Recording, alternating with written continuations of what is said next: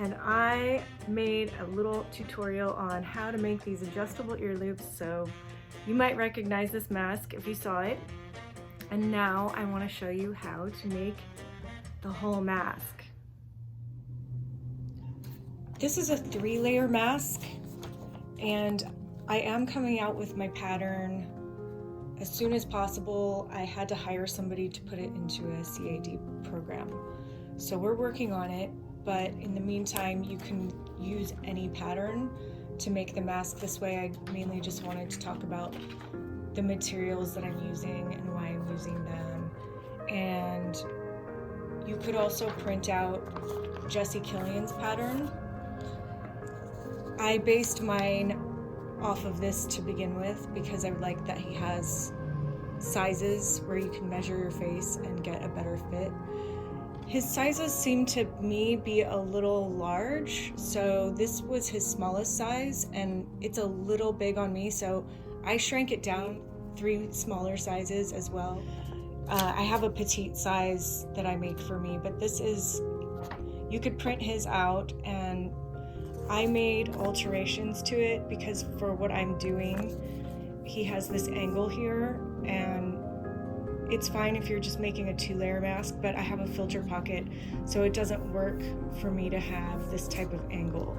So I made it more of a 90-degree here. And then what you can do is you can make the whole thing from this one piece of paper. You just simply fold 3/4 of an inch for the different fabrics. So these are my patterns that I've cut out for each one in Mylar. You can see how that one goes with the outer print.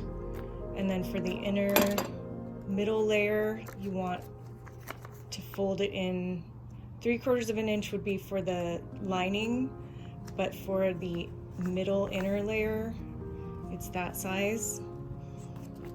And then for the lining, you just fold the first one in. So there's 3 different lengths for each size. So for most of my outer prints, I'm using material from Spoonflower mainly. They're a really cool company. They print on super high quality material that they source using eco-friendly, non-toxic pigments, and they print custom orders that are designed by independent artists. And then for the middle layer, you really want a non-woven material. These are commonly used in face masks because non-woven materials are just all these crazy mix-up of fibers, like randomly meshed with no actual weave, so there's less holes. Particles just don't pass through this type of material as easily. And the material that I'm using for the lining that goes right against the face is from a company called Breathable, and everything that they make is made in the US. It's all non-toxic. This material is a polyester jersey. It's super soft and breathable. It's manufactured from premium hydrophobic fibers that helps to wick moisture away from the skin. And it's also treated with Silvadur. And Silvadur is an antimicrobial silver technology, which it basically will slow the spread of microbes such as bacteria, viruses, funguses. It does this by delivering positively charged silver ions when organisms land on it. So these ions will continually release to safely minimize microbes that cause odor and material degradation, which is really cool since this is the one right against your face. So the materials that you'll need besides your 3 pieces, you're gonna obviously cut 2 of each. I just place the material on a fold and cut 2 at once. You'll need a piece of bias tape, 5/8 of an inch, and I'll make a separate little quick video on how I make this nose wire casing. And then you'll also need, I use 20 gauge wire for my nose wire that will go inside of that when it's all finished. And this is a really cool design because The nose wire is totally removable, so you can throw it in the washing machine, the whole mask, and wash it and dry it and everything. And you just make sure you take that out first, and then you can pop it back in. And then I also make these ear loops from stretch knit jersey. You can use anything that will curl in on itself like this, like t-shirts or any kind of stretch knit jersey. I cut it into strips and use the pony beads, and those will be attached at the very end.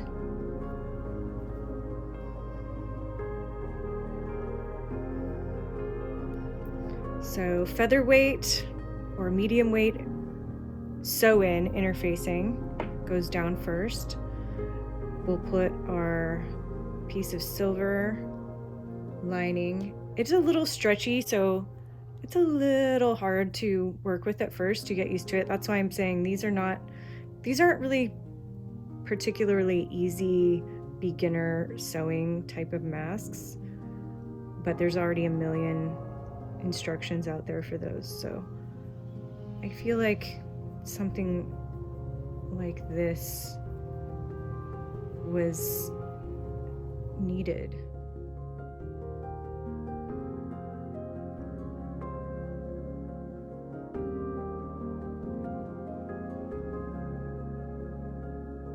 And I use these hair pin curl clips because they're pointy and they just slide under so much easier than those big plastic clips.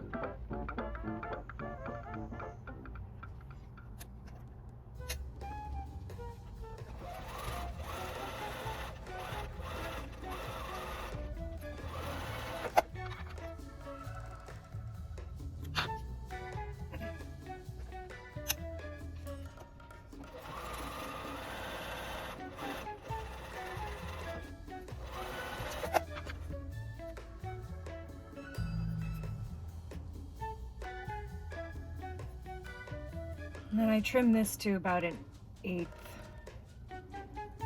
inch.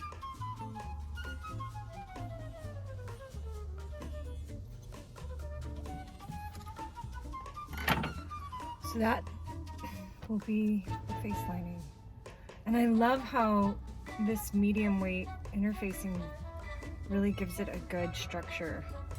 Definitely won't have fabric flying into your mouth when you're wearing this one. Okay, we're gonna sew these right sides together. We're gonna use a super tight stitch, but I start off with it a little bit bigger so the fabric doesn't bunch up. And I just do a small back stitch and then go down to really small stitch. You want it to be really tight in the front.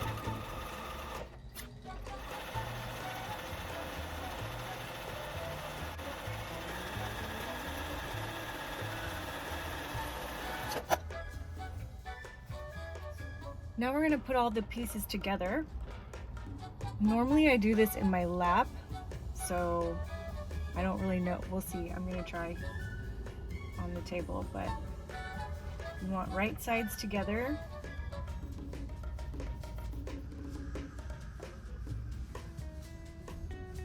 Right sides together.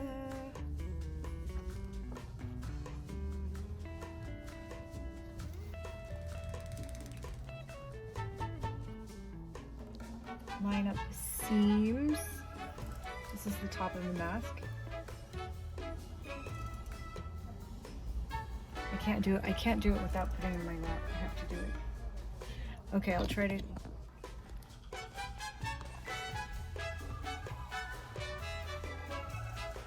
It's just so much easier to do it this way. Yeah. It just moves around too much on the table. Take the nose wire casing, fold it in half. Make sure that the opening is on the left side, or, well, whatever side you choose. I always put it on the left side. And then, okay.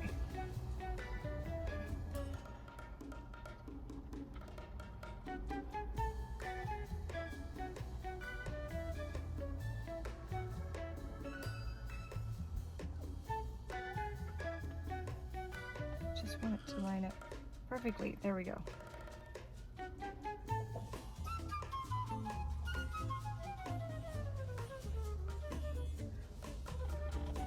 So I have the inner seam going to the left and the outer one going to the right, just to make it a little bit flatter.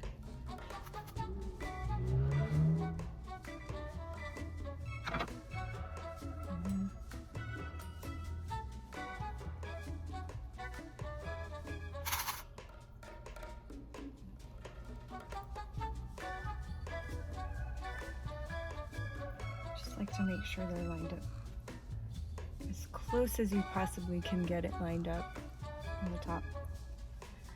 So the reason I sew that there is because when I start stitching, I don't really line this all the way up, because otherwise it ends up being so small by the time you do your top stitching and everything. So I just drop it down a tiny bit.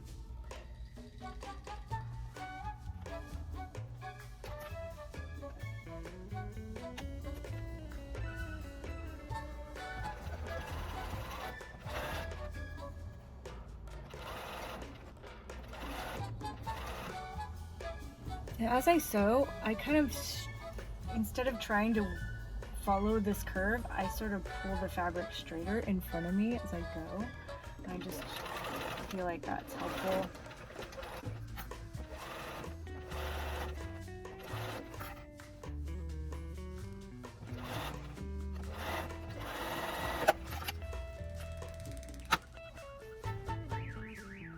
And then I always check it on this side, just to make sure it looks good and even. So now we're gonna sew the bottom, but I always like to flip it over when I get to this part, and I sew looking at the outer layer, and I don't pay attention to this part that's hanging down, because that's just gonna get trimmed off.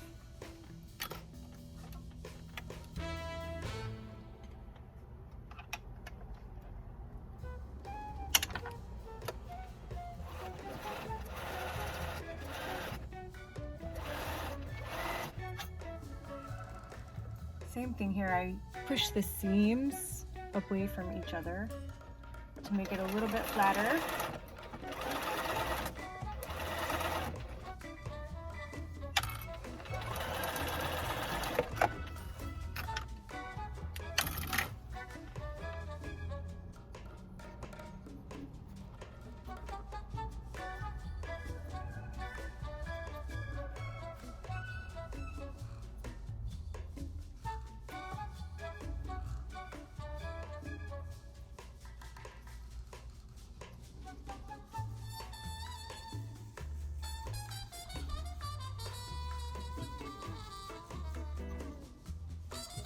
Now we're ready to turn it inside out, or right side out, I should say, and we're gonna press it. Pressing is really important.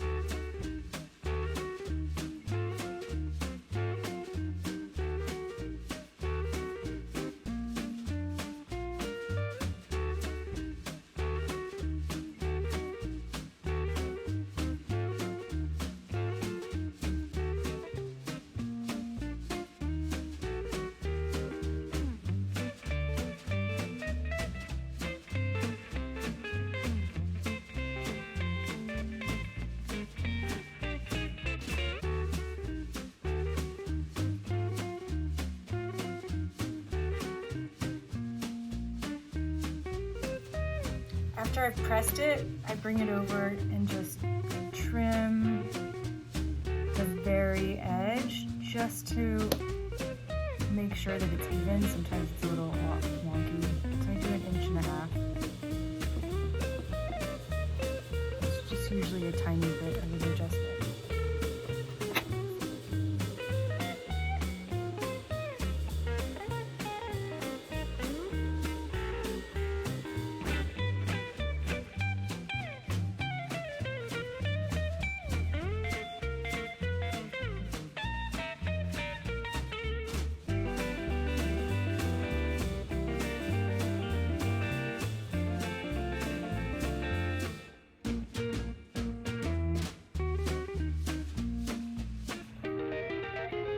Now we're ready to do our top stitching.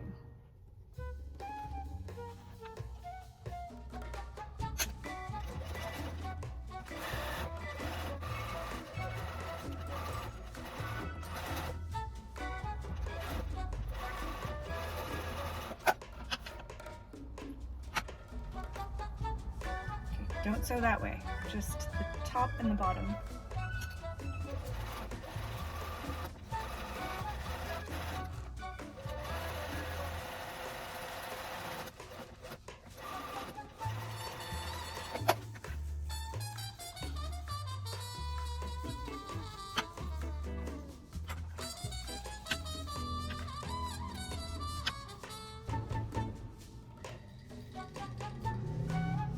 Sew one last part, turn that under,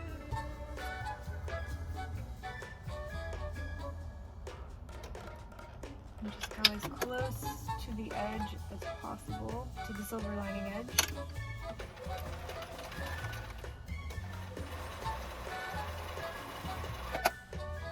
And there's the nose wire casing.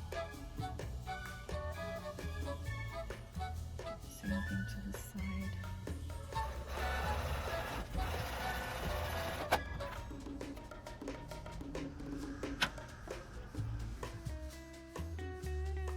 After you've added your ear loops, which I show you how to make in another video, how to make and attach these, once you've put those on,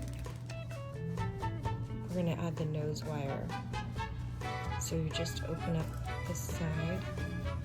You can see the casing.